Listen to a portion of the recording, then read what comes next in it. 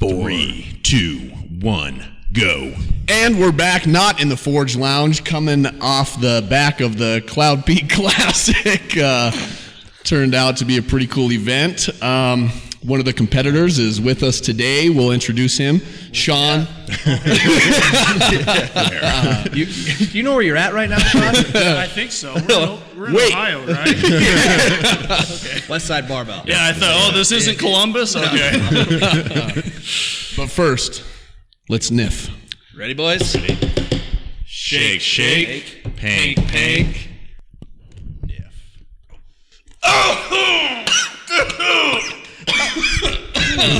Dude, that hit the left side of the brain. Usually it hits the right. This one sat in your gym bag and got stronger. What do you have in there? You put a Geiger counter near my gym bag and it goes crazy. Off the charts, radiation. It's like that clicking sound. Wow. Ooh, good stuff. Anyway, so Sean participated in the deadlift competition yesterday, and I had the pleasure of judging his lift, and I have to say, you have hands down the most intimidating setup for a deadlift that I've ever seen. Try being the head judge, man. He was looking me in the optic stems. I thought I was getting tackled off the stage, man. I was like sitting there kind of shaking, like, okay, come on, Sean. We're good friends, right? And then he gets up there. My name's Chancellor, okay? Your buddy is like you're talking to King Kong. I'm about to take out Tokyo. And then he gets up there and he grabs the bar. He's like, hey, bud. Yeah. Yes. I just walked up and I'm like getting set and I look and there's Chancellor. I'm like, what's up, dude? What's up, dude? No, I'm not even kidding you. He like had this just aggressive approach. He walks up. He's like, we good? I'm like, yep. No, it was a lot of fun, man. You know, I've competed in 2 full power meets, 1 deadlift only right before I met you in 2018. And then, yeah, it was ran really well. Like having it in the theater, you know, like, theater. Mm-hmm. you know, because spectators, they have, you know, a comfortable seat, you know, you're not like trying to look behind somebody the whole time. There's the lights, the music. Yeah. Dude, it was a lot of fun, man. Yeah. Pretty unique show, right? Like compared to the things you've done before, right? Oh, yeah. It was like, because usually it's either in like a ballroom at like a hotel, which is kind of a weird place for a powerlifting meet. You got people like checking in on vacation and you just hear, you know, like they're like, what's going on in there? Like, you're just like, why does it smell like cat pee in there? Just all the ammonia capsules. Should have stayed in a Super 8. No, but dude, it was really well laid out, and yeah, I think it's going to be a good time when you guys have it again. Yeah. It will happen. Now, what was your opinion on having it kind of intertwined with the bodybuilding show? I think with like a deadlift only meet, you know, it doesn't take a long time. So you can do the setup. It fits well in between, you know, the morning and night judging. Yeah. You know? Yeah. Am I close enough to the mic, you think? Yeah, Cool. good. But yeah, I think it fit really well, you know, and I mean, the more people you get in there, you know, the better it's going to be, you know, kind of, you know, you offer like a shield for the prize. Yeah. Something a little bit more than a belt for the deadlifters. Yeah, or like a 100-pound hammer. Like you have to be just a bad dude to carry it off the stage. Like, yeah. You're unworthy. You're worthy of these rounds and these titles. You're unworthy.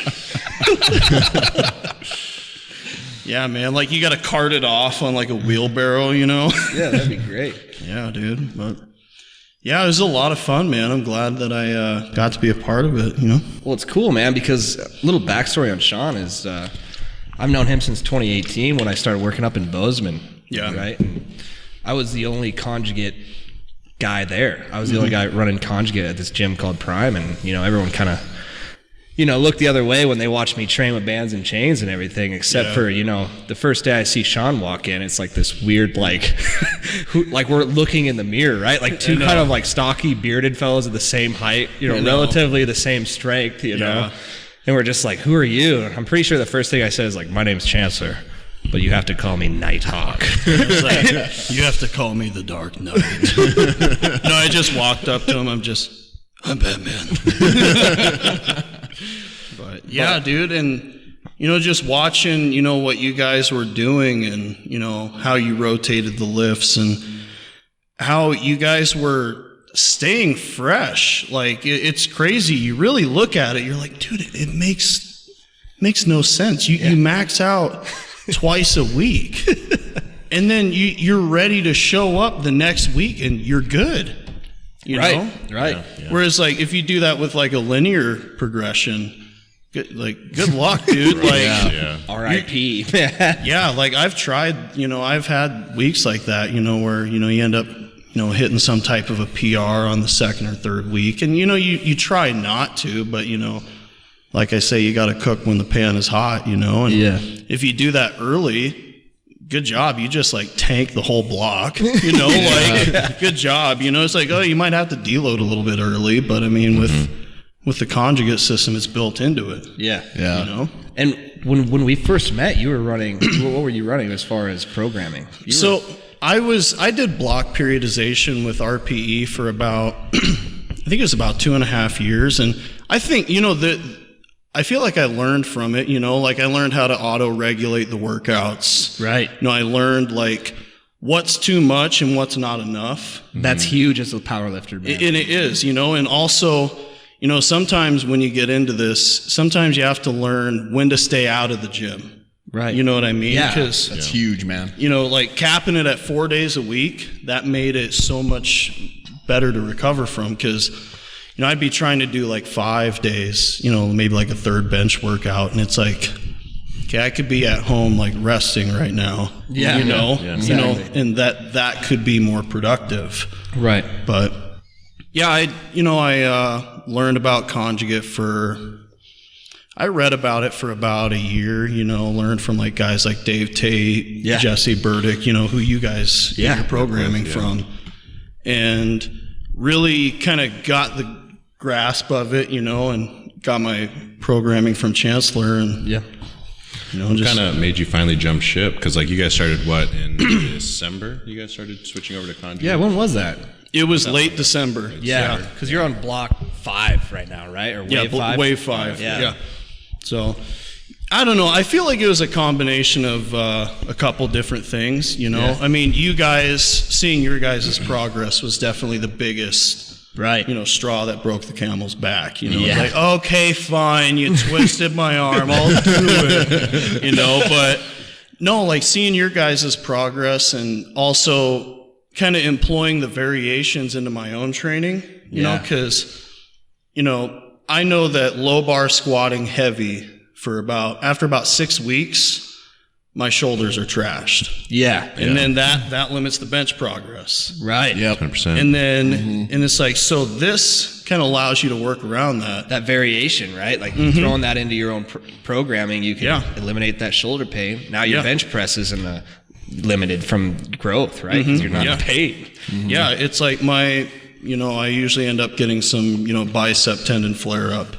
And it's been minimal these last 5 waves. Yeah, I was going to ask you about that. Dude, it's like there may be some days where I squat heavy low bar. And then what I've noticed, though, is the max effort bench after the heavy squats, it's not as heavy. Yeah. It's not like, okay, you just low bar squatted heavy as hell. Yeah. All right, we're going to make you do max single on like a slingshot press. Yeah. Something that's really heavy. A lot of times it's less total weight at the top. More reps. But you're still straining. Yeah. You're still learning to strain. Yeah. That's the key. Yeah. So the fatigue management's built into the program, and that's what I like about it, because coming into this week, this is the closest that I've had to a deload. I just did 2 dynamic days. I'm like, okay, just showed up at the cloud peak and ripped 590 better than ever. And 10 pounds away from his all-time best lift. Yeah. And 590 flew. Yeah. He would have had a 10, 15 pound PR if we were a little bit more conservative, but I told him to send it. A real, like full power meet, where I'm going for best total possible. Yeah, I would have been more reserved with that third attempt, but how could you not set it, dude? I mean, it's like I said, you have to cook when the pan is hot. Okay. Yeah. And when 590, that's why I shook my head at the top, because like I got under it and I just like. It was like I got tension, and then all of a sudden it's like past my knees, and I'm just like, just looking at Chancellor. I'm like, okay, 620. Dude, it was awesome, man. Yeah. And here's a kind of a cool thing too is conjugate, right? So if you're, and this, I could be biased on this, but both of our lifters, right, the people the scary things that work out with us and the people I program for, Clark and Sean, right? Clark was a beast. They go pulling this meat, man. A typical, if you went to a deadlift only meet, you probably would be done for the day. But both of these guys, after the meet, we went and ate lunch, and we went and did a max effort upper lift, right? Yeah. And they both hit PRs on max effort upper in the same day, right? So like he was just primed and ready to go. It was just another max effort lower, like with way less volume for him, right? So he had 3 lifts that day, and it was nothing. Right? Every other program, I feel like you would just be. Because you're always building to that one point. Yeah. You know, in most linear progressions or block progressions, you know, you might have a strength phase, then a peak phase. Yep. And you've limited your reps so much, you know, your level of, you know, just general fitness has dropped off so much that like you go in, you do those 3 attempts, you're done. Totally. Like you're in like a body bag for the rest of the day, you know? But I feel like with the amount of work and by rotating the variations, I was able to come in here like 4 hours later and what was it? 325 for 5 off of one board. Dude, that's insane. That's progress. Well, Louis was big on it. The guy that kind of came up with conjugate. It's like they're always ready for a meet year round. Like it's not like they have to go into a peaking phase or like when you do conjugate, like you're always kind of in a state of semi-peaked. And I think that's one of the disadvantages of when you're running like a linear periodization is when they do that typical peaking cycle where they're removing volume, you know, their idea is like reduce fatigue. It's like sometimes the benefit you get from like doing high rep steps, like that's going to keep your elbows healthy. That's going to keep like, we always are doing like bandy stuff or a lot of high rep things. But if you take that out, I think oftentimes you'll find that like, man, I'm actually kind of losing some of the benefit I got from those accessory movements. Whereas conjugate kind of keeps that in all the time, through the peak, through the strength, like it's always there. But if you take that out, like I think people run into trouble. We're like, dang, my elbows are flaring up again as I go into the meet. You'll see a lot of people when they're peaking, they're going another niff. As they're peaking, things might start flaring up, and it's like potentially at least some of the stuff they're doing, that accessory work that keeps them healthy, they're removing it. So I think that could be a huge disadvantage of a typical linear periodization peaking cycle. And even sometimes you see people that are running conjugate going into a peak, like a peaking phase of conjugate, right? Like a very specific for a meet. And that what exactly Michael's talking about, that volume work drops off, and all of a sudden, you know, their shoulder hurts, you know, their back they're flared up, they can't lift, they can't pull as much as they could be, which I don't know, to me that sounds counterintuitive to your progress as far as going into a meet, right?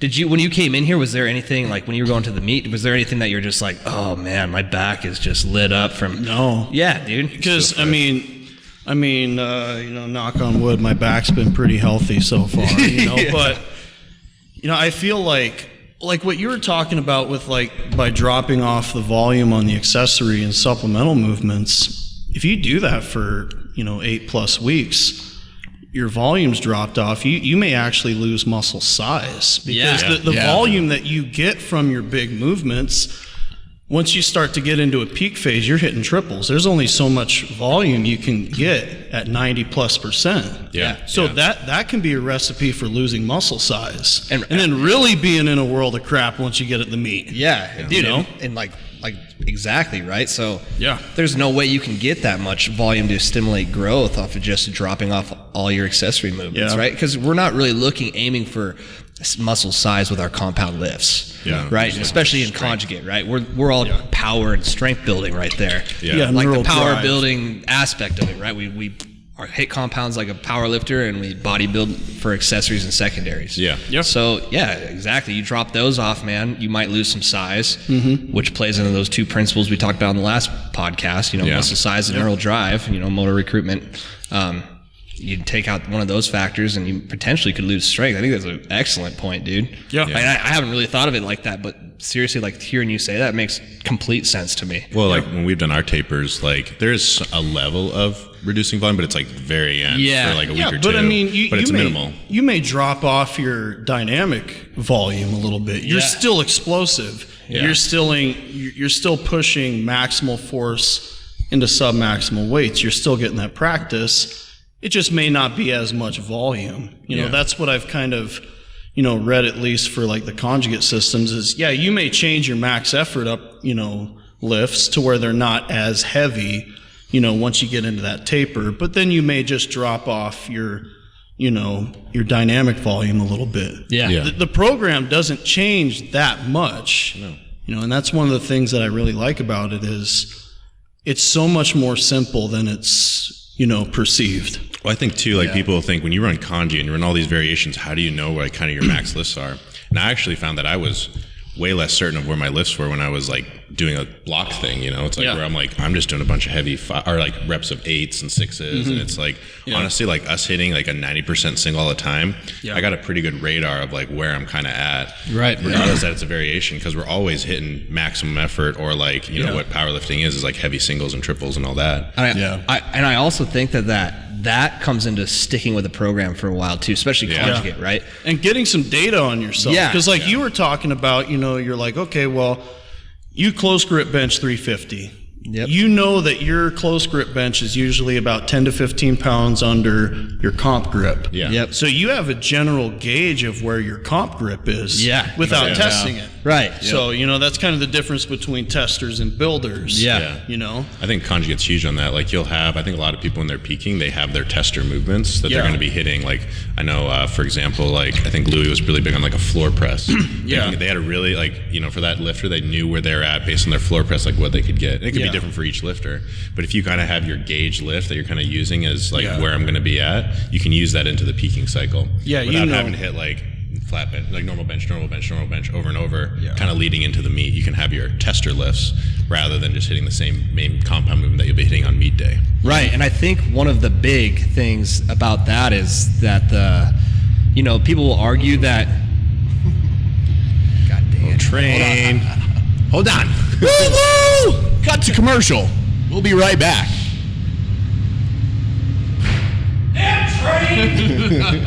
But the thing is like one huge argument I've heard when people are running like a block periodization or like RPE or something, they kind of dog on conjugate a little bit because they're like, why would you train a close grip bench if that's not going to be what you're going to do in the meet? Mm-hmm. Well, it's like, okay, but if that's going to be your tester and you know that your close grip is typically 10, 15 pounds weaker than your normal grip bench, why not? You're going to save your shoulders. You're going to get more in your triceps. You're going to be fresh. You're going to be a lot more fresh going in the meet than you are if you were just grooving that same motor pattern, that same movement, just day after day. Found like peaking in a typical linear periodization, and people even say like you're supposed to feel like trash going into it because it's like you're literally just beating your body up trying to get to that peaking point, but it's like you do it because you're just hitting those same compounds for weeks on end, like at least a typical 12-week cycle. That's hard, like trying to really push your weight on the same movement for 12 weeks straight. Looking into like overuse injuries at that point, right? Yeah, like, and that's what mine mostly were. Yeah, we feel fresh like all the time, and it's like we're going into a meet, we're gonna feel like super, super ready to go without any like.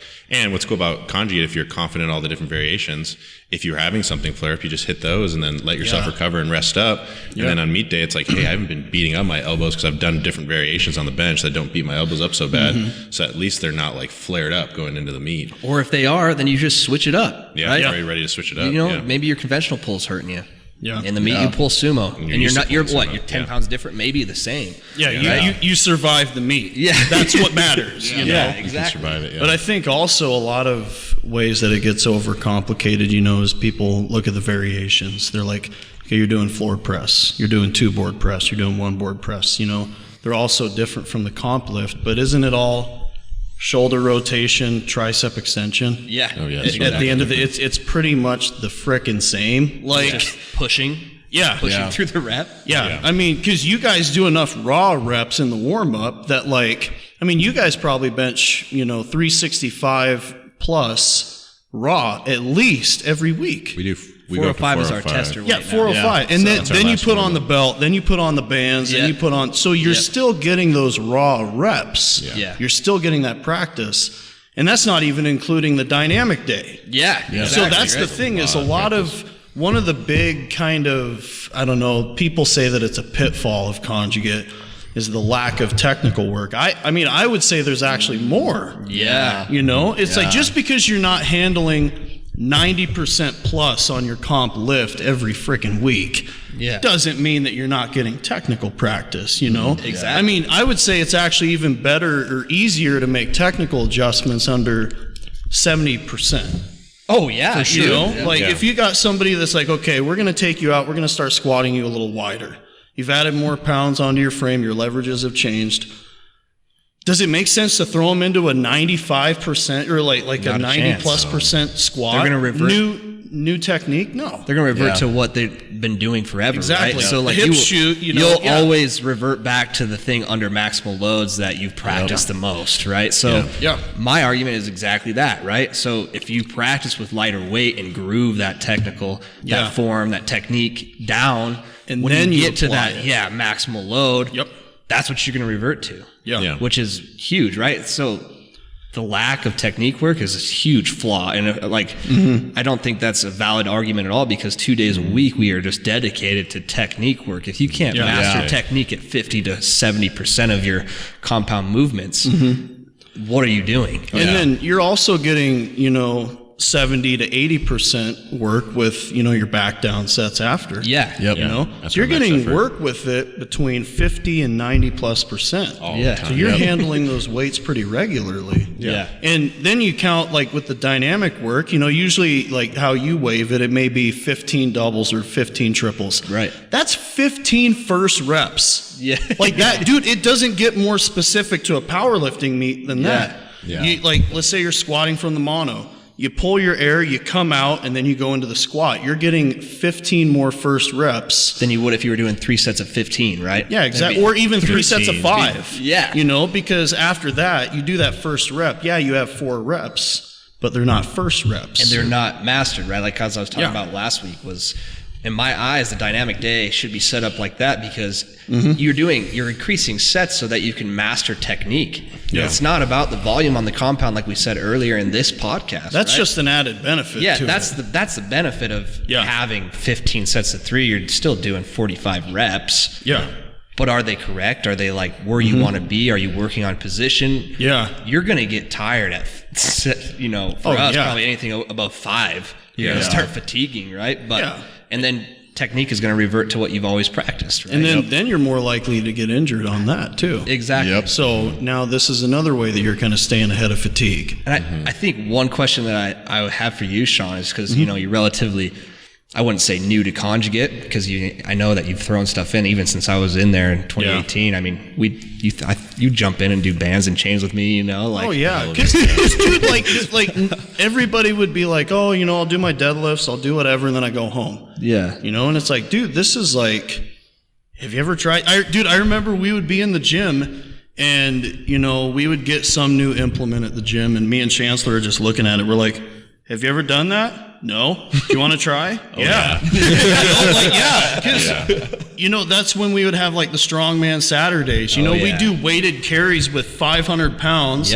Go do like 20 meadow rows each side. Sled and then, pushes. And it was like, it was crazy. I mean, like pushing you to the point where you want to puke, but it's like, that how much of that was beneficial? I don't know, but it was fun. Yeah. I mean, and at the end of the day, doesn't that keep you coming back and wanting to do more? Right? Workouts should not be boring. Oh, no. Right? I don't think so. The question that I wanted to phrase to you was you've been on conjugate now with me for 5 months, right? When did you start feeling like, okay, now I'm starting to make progress, right? When was your leaps and bounds? Because to me, it's like if you train a program for, 2 months and quit, you shouldn't expect anything prior to 6 months, honestly, like even really. But if you're starting to feel that before, it's like when was that breaking point to you where like, okay, now this is working really well?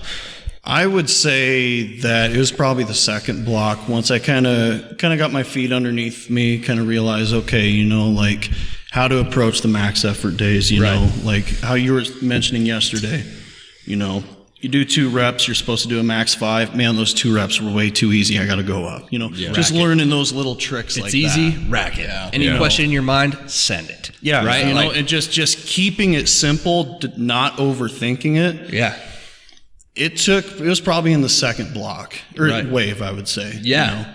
And, you know, luckily for me, I mean, I had read about it for a long time. Yeah, you know, I understood that, okay, I'm going to go through a wave of these variations and then I'm going to come back through them. Yeah. Yep. And then, so I have, you know, my stupid little Excel data spreadsheet where I'm like, oh, my close grip max is that, you know, all that. Well, then when it comes back, nerd alert.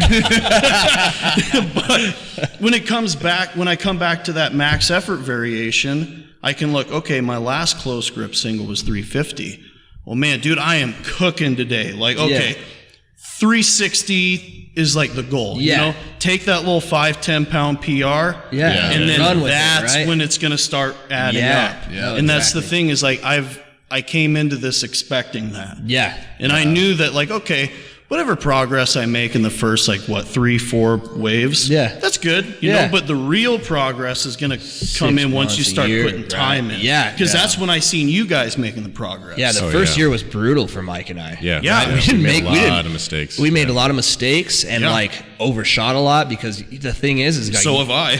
Getting powerful in these variations, these different positions, dude, like, say, when I first started, the difference between my low bar and high bar squat was at least 150 plus really bad, pounds, right? I could squat 405 all day, low bar, put 315 on my back on a high bar, and I was about getting stapled underneath it, right? So learning how my body moves and how to get powerful in those positions was key. And that took a long time for me to just like eat my humble pie and be like, okay, this is where I'm weak. And like I really need to work on this, right? Well, and to widen that foundation and get stronger in multiple positions. And I think that's the coolest thing is it's almost like a little hack. It's like you start working on like, oh my gosh, I'm astronomically strong, like weak at high bar squat, how that actually carries over to your main movement. Oh yeah. But isn't that kind of one of the, like, doesn't that kind of defeat the argument against a lot of conjugate? Like, because a lot of people are like, oh, all they do is just, you know, box squats, pin pulls, and board presses. But it's like, meanwhile, like,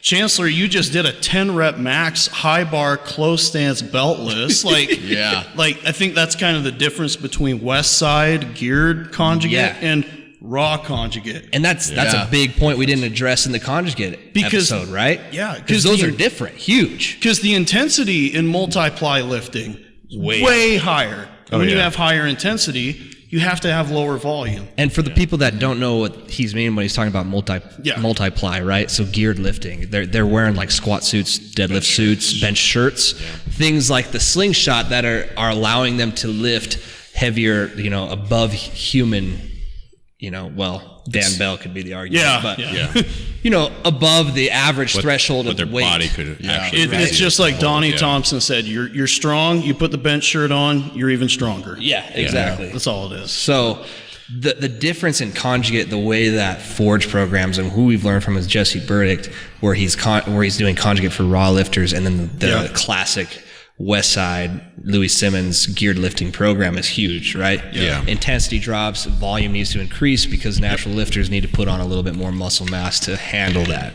Right. So in the raw squat, the quads are going to be more of a driver. Then you know, like it makes sense in multiply. You can sit. You know, you sit wider. The bar has a shorter distance to go. Yeah, you're going to sit back. You know, if that's how you squat raw, that's how you squat raw. But I mean, you feel more powerful in a closer stance. Oh yeah, I'm really close. So I mean, it does that. That's another kind of way that you guys are defeating that argument. Right. You know, it's like it doesn't matter what you squat wide. You know that you're stronger close. So that's what you're going to run going into the meet. Exactly.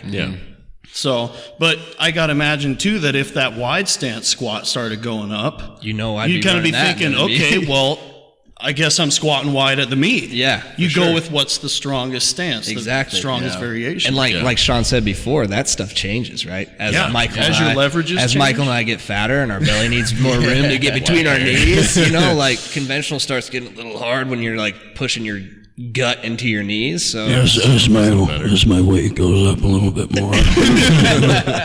Where's those burritos? Maybe that's why my sumo has got up. Now I've got like this keg that just hangs bound to my ankles. I can like get in that position. I'm still convinced, dude. Once I get to like 280, 290, I can just push that power gut against the quads. And I mean, I'll probably be deadlifting 1,500 at that time.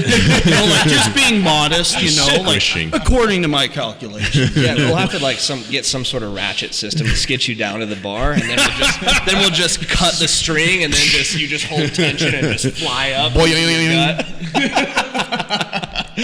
But yeah, no. Well, I think without running a conjugate system, you're not going to really learn that about yourself as much, because you have those variations that really teach where you're weak or where you're strong, or even using them again to like find where you could have the most gains from like maybe working a position that you are weak at. Yeah. But if you're just going to run a typical, this is high squat, this is high bench, this is high deadlift, and then I'm just going to change the volume, sets, and reps, you're not going to really figure out or find all those different spots that you need to work on. And here's one thing I sound a little bit biased. Biased, maybe a little cocky here, but for all those lifters that are not doing these variations, I would challenge them to say, why don't you go from your low bar squat, put yourself under a safety bar squat. Tell me how big a difference that is, right? Yeah. Learn how to use that mid back in your squat and tell me that you're still as strong as me. Yeah. Right? Because that safety bar is the dementor of squat bars. Yeah, when it will it's suck your soul out of you like Harry Potter's style. It's trying to pitch you forward the whole time, and you got to fight that. That's a fight that, like, let's say you're a 500-pound squatter. You're like, put 500 on the safety bar and then come back at me. Yeah. Right? Like, I would love to see that. Like, please send me the video. My Instagram handle. I would love to see you go from a low bar and then the next week hit that safety bar squat the same weight if you haven't been practicing through something like conjugate where you're practicing variation. Yeah. It will humble a proud man, because it did to me. Oh yeah. Right? It took me forever to learn how to even use the thing. Oh yeah. Right. Yeah, but now your shoulders are fresher for bench days. Exactly. Right. Upper back is stronger. Yeah. It carried over to my conventional pull because my back got so strong squatting with the safety squat bar, which was a game changer for me. Right. The safety squat bar blew my deadlifts up, and I will attest to that till forever. Yeah. And that's the thing too. That was another reason why I kind of wanted to transition over to you guys, is because I remember there was I think we had that conversation, right? Yeah, because I was just like, just asking you some questions, and you were like, hey, I can just like program your first wave for you. And I was like, how about I just like get my programming from you all the time? Like, you guys, you literally do it for a living. Like, you're a lot better at it than I am. Yeah, dude. But like, I remember hearing about this Olympic weightlifter coach that coached part of the Russian Olympic team. And he found that there was 3 types of lifters that responded best to high intensity, higher volumes, and variations. I've trained relatively high intensity. I mean, you guys see me hit PRs in the gym. Yeah. I've trained high volume, and it destroyed me.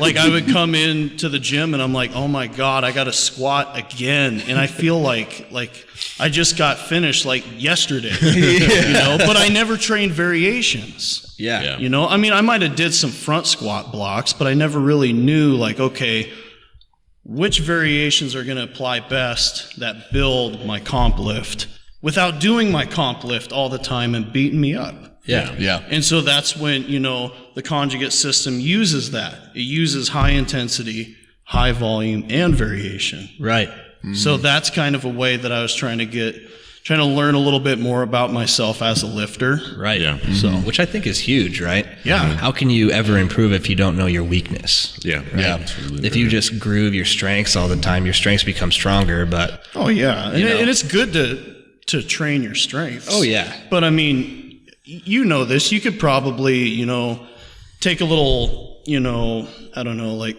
pull some training economy away from deadlift for a while. Yeah. Okay, we're gonna build the squat for like 2 waves. Yeah.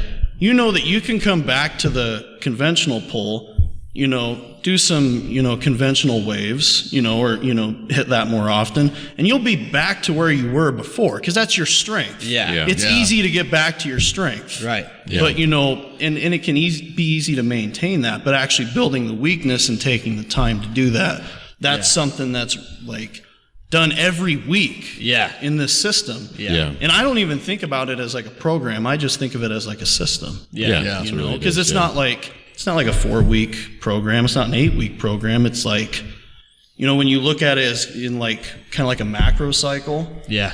It's more like that. Yeah. Yeah. So just stringing together these successful waves and just building off of each one. Yeah. I think that's kind of cool too, and like this is something that we found, and it's the way that it's programmed is like how infrequently like we hit our max squats and deadlifts too. Yeah.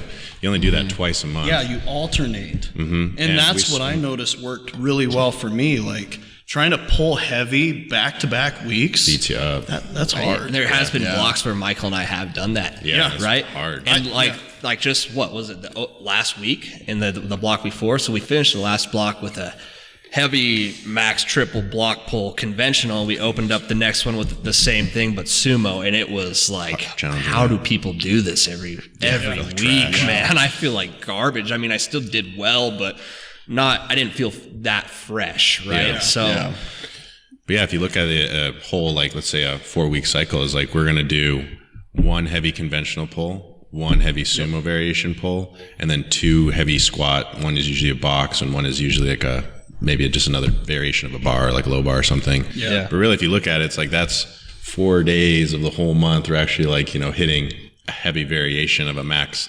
deadlift or squat. Opposed to every week, right? Yeah, as opposed to every week. But it's like we're recovering better, and those lifts are still moving, and you're just doing less. I mean, like that's just so much easier on your body if you think about it than just grinding out a squat every week. Right? Yeah, like most programs, you're hitting like a heavy squat and a heavy deadlift in the same week. Week in, week out. How do you do that? Yeah, I don't know. I mean, well, the weights have to be kept so submaximal. Yeah. And that's the problem. You have, you're doing, 8s, and then you do 5s, and then, if you don't have that exposure to heavy singles, and in like the RPE type program, you may throw in, a single at RP 6, 7, or 8, but those RP 8 singles are actually a lot more stressful than you think, especially when you overshoot all the frickin' time. Because how can you not though, dude? Yeah. RPE is subjective, right? So you have to know yourself perceived really exertion. well. You have to be running that for a long time to realize what is the difference in my RPE 8 versus RPE 9, and then on top of that, looking on how you're feeling that day, right? It's day to day. Your RPE is like your RPE 8 last week could be a freaking 9 today because you're fatigued. Right? I don't know how you track that. It's hard. It can be There's a lot of moving parts in that. And that's why I think, in some ways that it could be good to cap it at a certain percentage. If you are running, block periodization, you're progressing your lifts linearly. That's one thing that I did with a buddy of mine was I capped the single at a certain percentage. That's good. That's so smart. You can't, it's like, okay, you physically can't overshoot without, not following the program. Yeah. That makes sense. And that's one way that I kind of applied it. But I mean, still though, like getting that volume with those heavy lifts, because your comp lifts are the most stressful ones. They're the heaviest. Yeah. And so like doing a bunch of 5s week to week on like deadlift, dude, you're worn out. Like sometimes a deload week isn't enough. Yeah. And I've experienced that where I've, you do that functional overreach week, and then let's say you hit some PRs. That next week you go through the deload workout, then you come back in for week 1 of the next block. You're like, dude, I don't think I deloaded long enough. You're still fatigued as hell. Yeah. So.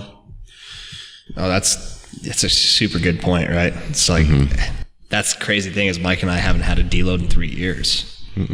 Right? So Feel good somehow. It's like even in November when we had COVID, right? When we had to shut the gym down for half the month, we didn't miss a workout. Right? So it was we still felt fresh, even coming back from that. We still didn't miss a workout. That wasn't even a deload then. Yeah. So, I mean, we cut the weight back a little bit and, Died a little bit, but it was okay. Yeah. Kept the reps down. Actually, that's not true. We hit a PR. Yeah, we both hit a close grip PR. Yeah. You're not supposed to do that. You're not supposed to do that. Yeah, it was a little crazy. Disclaimer, we did wipe everything down and clean very well every time. We were a little bit paranoid, so. Yeah. But Good cover. You guys have cleaning supplies here? yeah, they're hidden. Oh, Sean. Just your mouth. A little backstory on Sean, though. Like, what your thing on Instagram, if you follow him, it's just, I'm just a mechanic. Yeah. What's that about? Dude, so you know how keyboard warriors are on the internet? I seen this video where Chris Duffin was talking about his squat. Yeah. Something about like squat cues, and the guy has an 881 squat in a competition. I mean, you've seen him probably squat 1,000 with the Duffalo bar. Yeah. I venture to say he probably knows what he's doing. I mean, just a guess. Yeah. But then somebody in the comments said something about, oh, Chris Duffin doesn't know what he's doing. He should stick to just being an engineer. And I was like, man, I wish I was just an engineer. So I'm just a mechanic, and I don't know. I mean, it kind of Resonated with you a little bit? Yeah, a little bit, but it kind of got me thinking about, like, part of knowing who you are is knowing who you're not. Right. And I'm not a coach. Yeah. I'm not. I mean, I built some programs for some people. Some people have gotten stronger, but I mean, I never got paid for it. Right. Yeah. And I felt like if I was to have somebody pay for it, that'd be doing a disservice to guys like you, because then that devalues, actual coaches. Yeah, exactly. And it's like, this isn't my real job, It's just, this is just something I'm very passionate about. Right. And so, I mean, I don't want to say it like it's a way that I'm like limiting myself, but I mean, that's a huge point, man. I'm just, being selfish right now, worrying about myself, but I mean, will there come a time where I coach? Yeah, maybe later on, but I mean, not right now. Right. So, yeah. That's cool, man. That's cool. I like that. I like that hashtag a lot. When I read that, I laughed. I was like, I'm just a mechanic. I'm just a mechanic. Well, dude, I'm just a strength coach. Dude, I don't know anything about mechanics. It's like, so. It's got our realms, Yeah. I mean, that'd be like you being like, oh, yeah, I'll rebuild your small block 350 Chevy engine. No big deal, I mean, you might know how to change oil, but I mean, that kind of out of your wheelhouse. And that's one thing that I didn't want to do, is speak out of my scope of practice. Right. I was going to say, are you technically an engineer? Me? Didn't you build all this equipment? No, not a chance, man. I feel like a fraud. But we do sell equipment if you'd like to buy this. For the small price of. Yeah, seriously. But it has been battle tested, right? Like, one thing that when Sean came into the gym, he looked at my Freddy of a belt squat over there. I call it Freddy Krueger because it was just a nightmare to build. Thing weighs like 500 pounds, Definitely dude. 500, yeah. Michael and I can barely lift it together. Right? Overbuilt. It's That's what we overbuilt, say. but he was just blown away because the thing is solid. Yeah. Right? Cody, one of our guys in here, had like 850 pounds in plates in it, and it didn't even falter. Right? No. He broke the carabiner. The carabiner broke before that thing even gave a creak. Belt squat didn't break a sweat. The belt squat was like, you're going to need to add some more pins to load plates on this thing. Yeah. And the thing is like, when you're thinking, what Sean's talking about, he's like, I don't want to program for people because I don't want to do a disservice, like if they're paying me for that. Mm-hmm. If that's something you're interested in, it's something that Mike and I did for a long time, program for people for free. That's what we did. Yeah. Totally. Tell them, explain to them like, hey, I'm not a coach, right? Yeah. But if you're willing, let's see if I can learn something and you can learn something off of what I'm doing. Yeah. Right? And that was the whole deal behind equipment, right? When you walk into Forge, there's two different versions of equipment here. There's the version 1, which is all the black stuff in here. I didn't have the best tools to do it. everything was hand drilled and cut. It took a long time. And then version 2 is the red stuff that is like, Emit had laser cut to precision. Has an emblem embedded in them, and I had a way better welder that actually worked. But the thing is like, that was the thing, right? That was the version 1 stuff was not for sale. No, that was just like the practice. Like, just hoping you survive. Yeah, seriously. Using it, yeah. But the thing is it held up, man. And it gave me confidence to move on to version 2 because it was like, if I can do that with like a crappy like auto body welder and just like a hand drill, dude. Yeah. Not that even takes a lot. Do you know how many holes are in like one of those? At least 3. My dad did the math, right? But I will tell you how long it took me to drill just the uprights. 20 hours. Oh my God. Of straight drilling. Yeah. They weren't even that straight. No, they're not straight. They're not straight on version 1, right? No. But it gave me the confidence to know, like, okay, how do I make this more efficient, right? Which is the same thing that Sean would probably experience, and he probably has as being somewhat of a coach, right?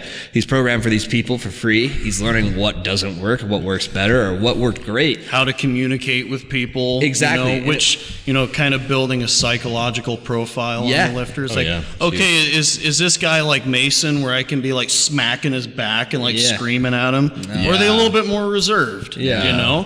Because, it doesn't matter if it's like one of those smack your back type of people and you're not getting them hyped up, they're not going to enjoy the program. They're going to go somewhere else. Yeah. No. So, yeah, no, it's exactly right. It's just like at first you feel like a fraud.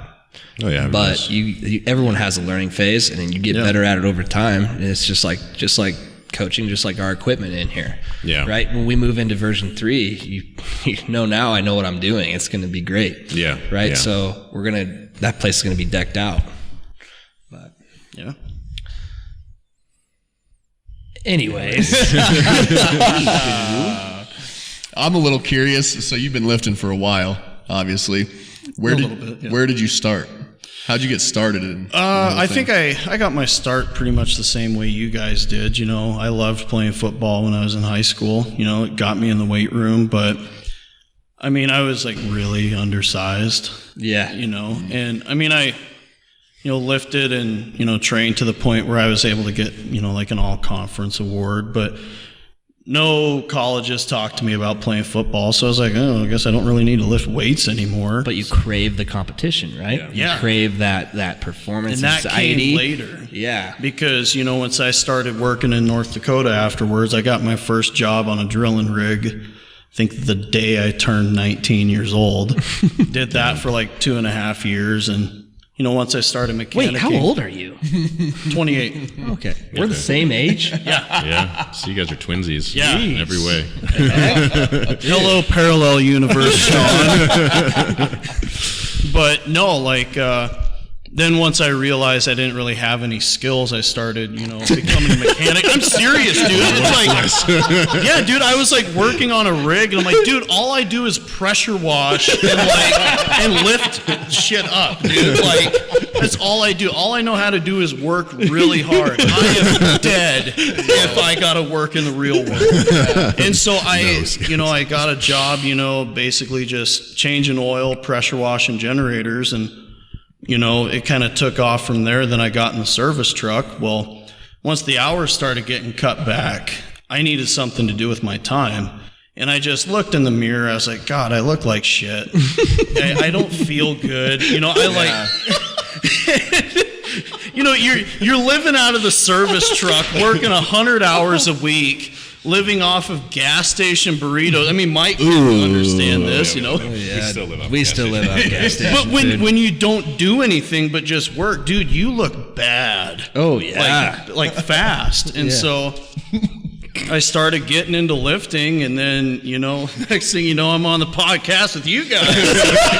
Look how far you made it. I made my first and last podcast they're gonna let me on. He said the S word twice. He's out of here. That's amazing. That's an amazing story. But yeah, it just kind of started off with me just kind of like doing the gym bro high thing. Reps for toning, and then I found out that didn't really work. I didn't get any smaller. I got smaller, but in all the wrong places. It's bad when you're fat, but it's really bad when you're skinny fat. Oh, dude, skinny fat's the worst. And then, so I just kind of, got back into lifting. I tried doing the bodybuilding. I didn't even try to do the bodybuilding. I was just lying. I didn't try. Yeah, dude. And then I saw I went to my first powerlifting meet, and I thought, it was just like Ed Cohen when he saw Kazmaier. He said, "Wait, you mean to tell me that you can lift that heavy, you can eat that much food, and be that big?" Yeah. Oh yeah, and you don't have to wear like the trunks or like the Speedo. And I seen powerlifting. I was like, "Sign me up, dude! I'm ready for my first meet, man." Went to the first gas station, got about 6 gas station burritos. Yeah. Ready to go. I'm an athlete.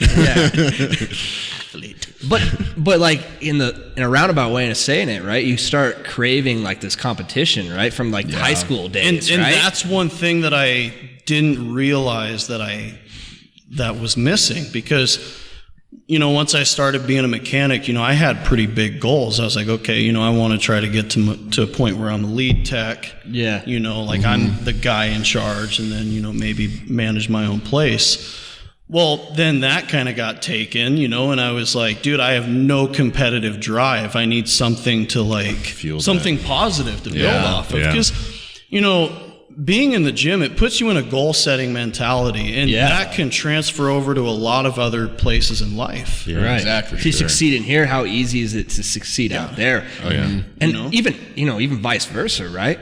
Succeeding in the gym, you control most of the variables, right? Outside of the gym, you don't. So it's like you kind of get this little boost in here. It's like, this is the one world that this is my domain, right? Yeah. So and that was my thing, because I knew that, like, no matter how crappy of a day I had at work, or the rough patch I was going through in life, it was like, hey man, if I can get to the gym and I can go train for like an hour, I can end this crappy day on a good note. Yeah. It's huge. Yep. And it's like, this is, and I think that's one of the reasons why, the gym is, pretty close to me, is because that's like one of you can control everything in here. Yeah. This is your domain. You're the boss. Yeah. So that's kind of how it got me back into lifting, so. And I think one thing that'll resonate very well with all of the competitors that competed this weekend, right?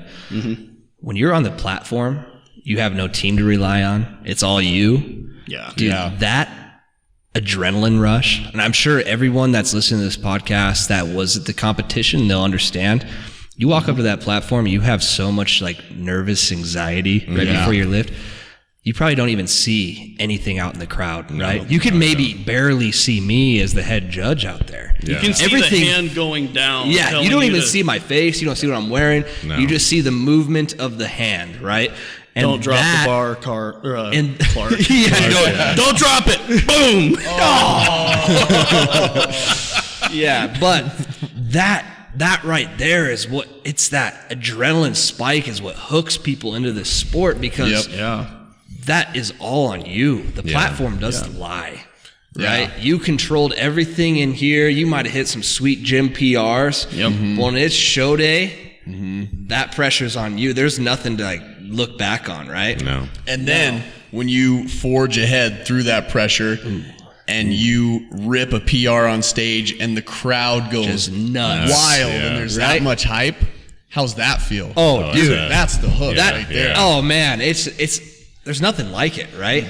Because every other sport, it's a team thing, right? Yeah. Maybe bodybuilding's not either, but bodybuilding, powerlifting is the same kind of realm, right? Yeah. Nobody's lifting that weight but you. Like, nobody's gonna lift it. The bar's loaded. You have to do it. Yeah. Yep. It really holds you accountable. And that's what hooked me into powerlifting too, is because I went to Mike's Reebok Record Breakers. And I was there. And the cool thing is about powerlifting, dude, and I think that a lot of people misunderstand it, is that nobody cares how much you lift, man. Yeah. You could walk out there as a guy and pull 135 pounds off the ground. There's going to be people going nuts. Yeah. It's all hype. Yeah, they're going to be freaking out because you got it, right? Yeah, somebody's grandma's sleeping in the crowd. Everybody's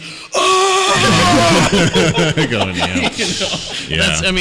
That's how most powerlifting meets are. Yeah. It's hype, man. And was there one guy at the competition that wasn't stoked for the other person? No. There wasn't, man. No. Yeah, like there's so many different walks of life, even at our small meet in Sheridan, Wyoming. Yeah. Like people from I think we had people from Colorado come down, people from everywhere just to do the deadlift from Bozeman, like Sean. Yeah. And these guys are cheering for each other like they've just known each other forever. Well, Yeah. like one of my favorite lifters yesterday was like some 14-year-old kid who, of course, was not lifting the most weight, but he pushed and grinded like harder than anybody out there. Yeah, total grinder. That was He so nailed it. How hard it is to awesome be see. the front judge in front of that. I was losing my cool up there, man. You know, I'm just like, come on. Boom!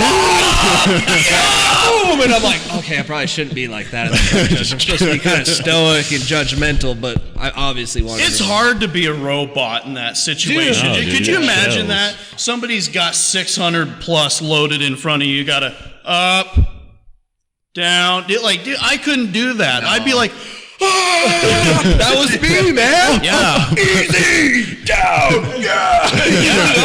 And that's why the place was rocking, dude. Yeah, Like, so. people walking on the sidewalk were probably like, what the hell's going on in there, dude? Like, Theater showing. You guys got more tickets? yeah.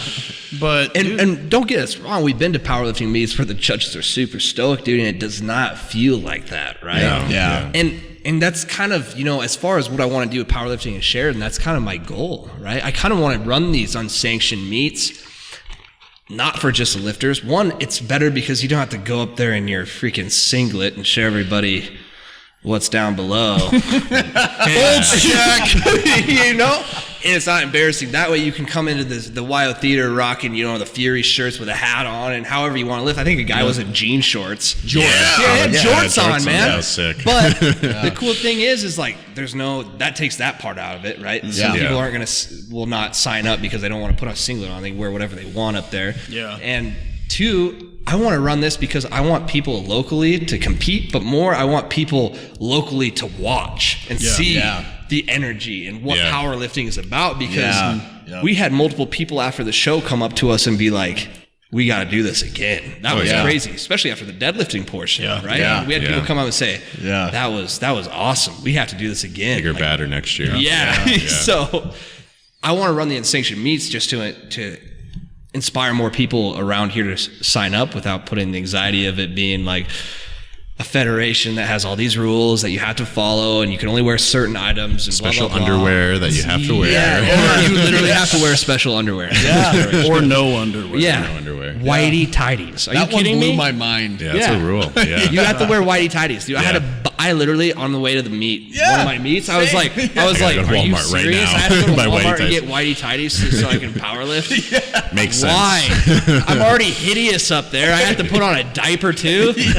But okay, whatever. But it'll just entice more people to go, right? Yeah. And then, you know, as far as planning on next year, I think we might split it up. We might do the deadlift competition again with the bodybuilding show, or we might do a push-pull meet somewhere in between. Yeah. Right? Yeah. Because that's a good idea. Yeah, I want to kind of ease people into this without throwing a full power meet up, because the squat is the hardest thing for people to do, right? Yeah. And as a judges even, right? Yeah. That's the hardest thing for us to judge, and the most controversial topic there is when in the powerlifting realm is squat depth. Right? Yeah. So if we can get people eased into get the people squatting, as Sean would say. Get the people squatting. If we can get them squatting in Sheridan, then we can start throwing on more powerlifting meets. But a push-pull, bench and deadlift Kinda what would we're be thinking sweet next, for the next one, man. Yeah. And one thing that I think can kind of make it a little bit less intimidating, because, I mean, you look at like us at the meet, there's a bunch of guys dressed in all black, you know, really fat and sweaty, you know, they're kind of like, geez, these guys are kind of weird, you know, but it's not a competition, it's a meet. Yeah. People meet up. Yeah. To get together, you know, so you got people that you're like, hey, I seen you at the deadlift meet last time, you know, how's the lifts been going, you know, you got people coming together as a community, and that's what you guys are trying to install here. Exactly, right? Yeah. And so that's one way that I think people can look at it a little bit differently. Don't view it as a competition. View it as a meet up, you know, everybody gets Fellow together. lifters coming together. Yeah, because that's what it is, you know, trying to build a community. Yeah, on the inside, that's what's going on. From the outside, it might look different, but that's the purpose behind all of it, right? This is the first powerlifting meet they've had in Sheridan. Ever. Aside from that, like, when have we all had a chance to kind of hang out, have a party, and lift together? You Yeah. know? Otherwise, we're just yeah. on our own, Yeah. lifting in the And dungeons. what blows my mind mind, dude, is like, I made a post after that and I said, Sheridan, welcome to powerlifting. Yeah. Because the people's response was insane, right? Insane. You have these girls that are literally screaming at the top of their lifts that are like usually pretty like quiet girls. Yeah. Right? Yeah. You know, like even like little Jody. Oh, You know? She hits like her old 1 rep max, but just blasts through it, slams the weight down and screams as she's walking off, where it's just like, give you where'd chills. that come from? Right? So that is what I want people to see, right? I want to have people see that aspect of powerlifting and how like everybody gets amped and everybody wants each other to succeed, and it's not this really selfish sport, Not right? at all, no. And then it just seems like an egotistical like competition, right? Who lifts the most, but it's not about that. It's about going up there and just having the balls to compete, push yourself, put yourself in an uncomfortable state. And then you get the added benefit of meeting all these new people that have the same goal and that are stoked for you to do it. Yeah. So what better way to do that is to bring that into a place that doesn't have it and show the community what it's about. Because I'm sure that there's people out in that crowd that watched this weekend that are now interested in doing it, right? When we had people approach us about it, right? Yeah. And that want to train here and ask us like, how do I do this? I want to do this next year, right? So that's all we want out of it, right? I don't care if it's a federation meet, right? I don't care if it goes on record. I just want people to see what we do and why we love it, right? Because at the end of the day, if we can bring our passion and give it to the people, we won. Yeah, that's how we want. Right? It's a goal. But Cool. I think that is pretty much the sum of this podcast. It was kind of like we kind of birdwalked all over the place. But now you guys see, the ins and out of Sean Lundin. You said it right. Always have, man. I always just thought I said it weird, but I guess I've been saying it right my whole life. Yeah. Your whole life. When you were 1 year old, Lundin. That was my first word. I just was Chancellor's looked up, first like, word. Sean Lundin. But at the end of the day, build yourself, conquer adversity, repeat daily. Do these things with the help of great friends, and you will succeed. Punch the mic. Pow!